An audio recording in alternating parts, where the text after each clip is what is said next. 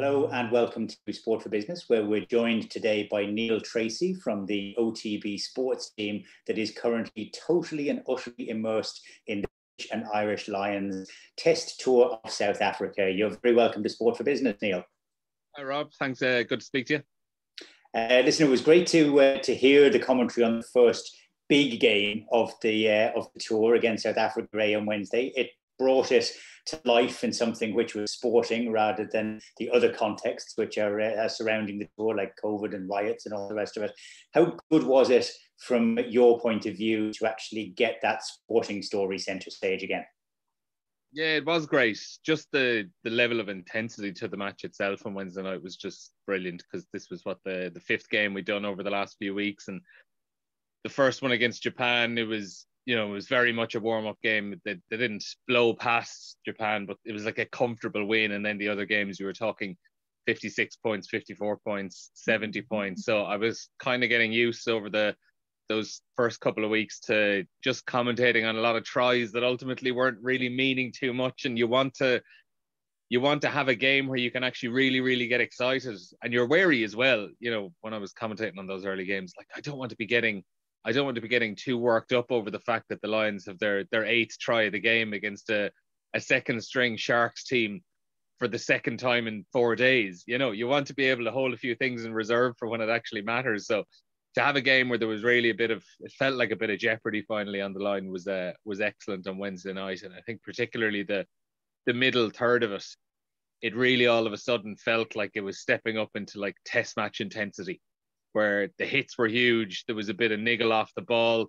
There was a bit of pushing and shoving going on. It felt like every little mistake had an enormous amount on the line with it. So just from that point of view, it actually really, really was enjoyable to get a big game. And I know we'd probably expect the Lions to comfortably win their last warm-up game against the Stormers, but it just sets it all up great for the 3-match test series.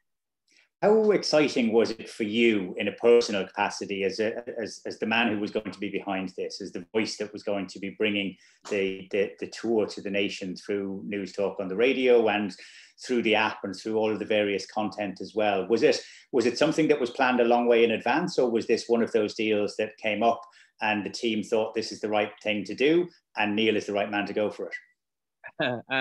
Well, I suppose with how long it was in the works, I suppose I don't really know. I first maybe got wind of it maybe only a few months ago, maybe March or April was the first little talk of, well, this might be happening. And I think it was maybe by the end of May or so when we got the thumbs up that, it's going to be all good to go. So I'm not sure how long those higher up ahead of me had been planning it out. But it was very, very good. Now, obviously, we've had our toe in live rugby for a number of years with the Heineken Champions Cup. So I've been lucky enough to be doing the commentary on those for Off the Ball and Newstalk since the start of the 2019-20 rugby season, just after the World Cup. So I don't want to say I would have been expecting to be doing these games when if we were getting them, but it felt like, well, I've been doing these Champions Cup ones all along, and they seem to be going all right. So I was quite hopeful I'd be doing them. But it is good to. I think most importantly, I'm still relatively new in terms of commentary. Like, it's less than 2 years since I would have done my first game, and what I've really just enjoyed most about these last few weeks and over the next couple of weeks is the sheer amount of games that are coming. Because with the way the rugby season has gone over the last couple of years since I started into them, with the Champions Cup, you might do 2 or 3 games over a period of 2 weeks. And unfortunately, it's probably 6 or 7 weeks before you're doing another couple of games with the way the Champions Cup kind of breaks up into various it splinters off into its weekends in the pool stages. And then obviously last season, COVID hit by the time the quarterfinals arrived. So I found I was only kind of getting to do maybe 2 or 3 games, and then I was waiting a long time before another game would come up again. So it's just been fantastic over the last little while to be able to do a game week on week, and you learn a lot about yourself and just the way you take your notes beforehand and the way you prep for it. So that's been the really enjoyable part, I think. You will perform better, obviously, with more games under your belt, and in that way you're the same as the 15 players that are out there on the pitch. the art of commentary and commentating on sport in radio, in a world which is dominated by the ability to see things live now, how different is that for you to go from watching a game and seeing a game to translating that into an audio experience where the audience can actually sort of really feel as though they're right there with you? Well, I suppose I certainly wouldn't profess to know the art of it at this stage. I think that's something you need a lot of years of experience before you really have. For me, when I started doing it, it was basically just a case of I wanted to make sure when I'm listening to a match on the radio, and I actually do love listening to a match on the radio as well, because you can just you can picture it yourself, and the game can be as good or as bad as you want it to be. But I just think, like, obviously the most important thing when it comes to the radio element is you have to let the listener know where is the ball on the pitch, where are the team going.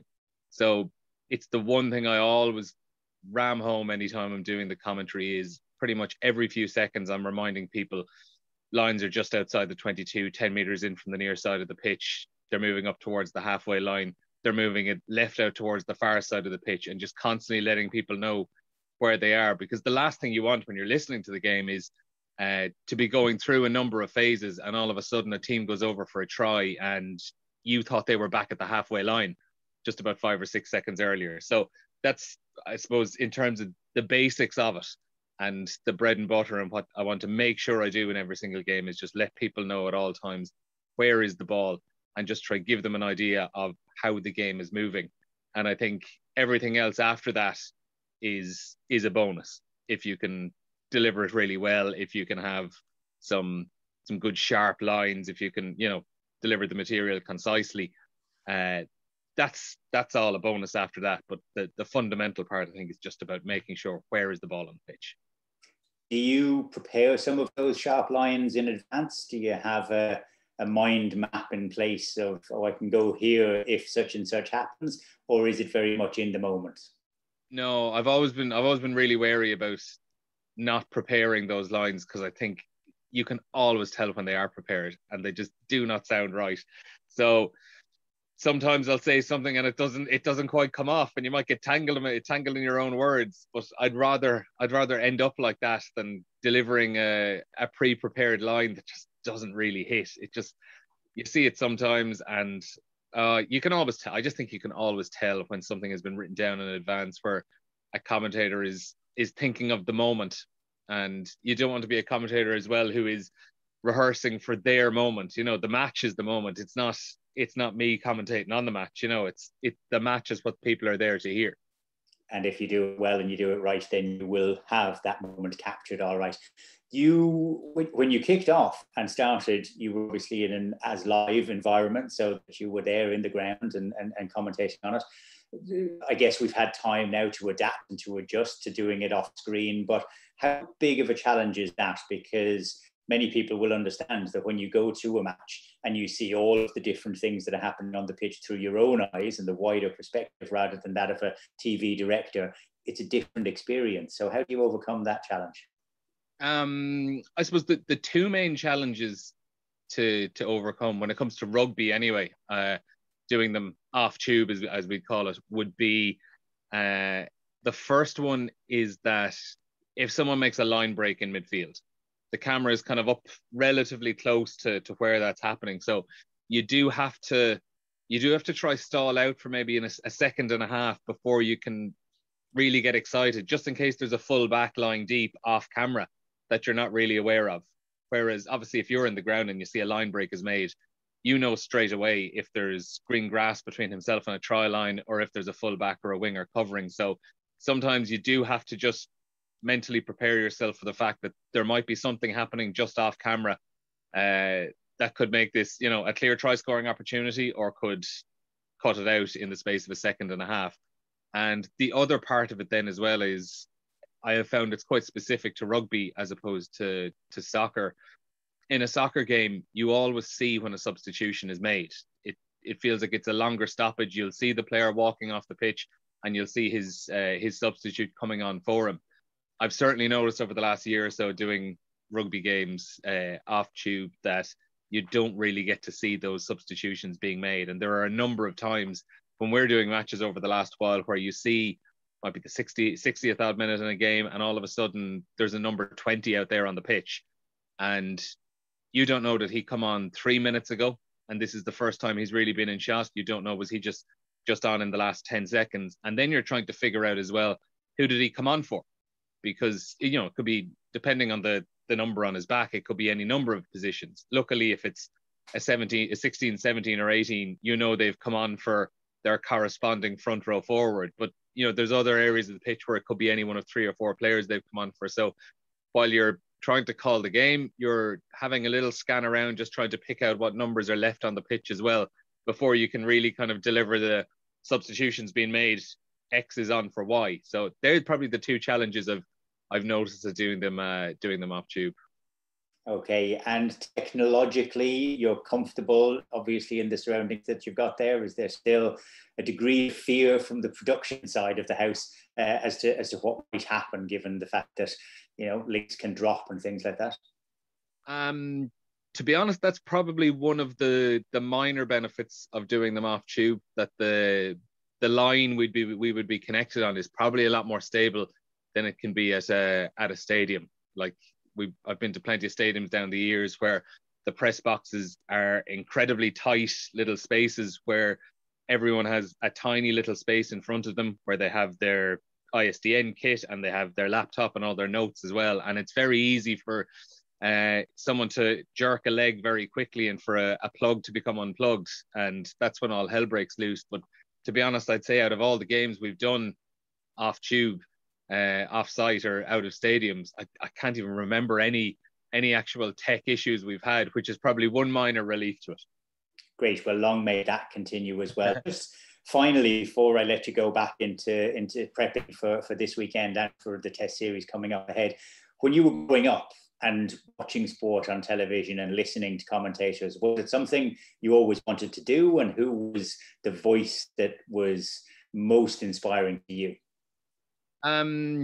It was probably always something I thought it would be amazing to do it, but I didn't actually really ever think I could do it or would do it until maybe only a few years ago, when I actually kind of got the foot in the door in journalism. And if we're talking who I would have looked up to, it probably would have been someone like George Hamilton, because in my house we only had the Irish channels up until I was about 11 or so, and it just meant George Hamilton was the staple of every Irish soccer game, and just had the most amazing way about him. His knowledge of the players, his turn of phrase was just spectacular as well. And what's, I think, an amazing legacy for someone like him is that his is the voice you think of anytime you think of the great moments in Irish soccer over the last 30 years, whether it's Euro 88, Italia 90, Ray Houghton's goal at Giant Stadium in 1994, Shane Long against Germany, not so in more recent times as well. Like, that's the voice that is accompanying all those great goals and will live forevermore as well, which I just think is an incredible legacy. So I'd say it's probably someone like George Hamilton, who was the one you really, when you were out in the garden and you were scoring the goals yourself in the back garden, it was George Hamilton's voice doing the commentary in your head, you know?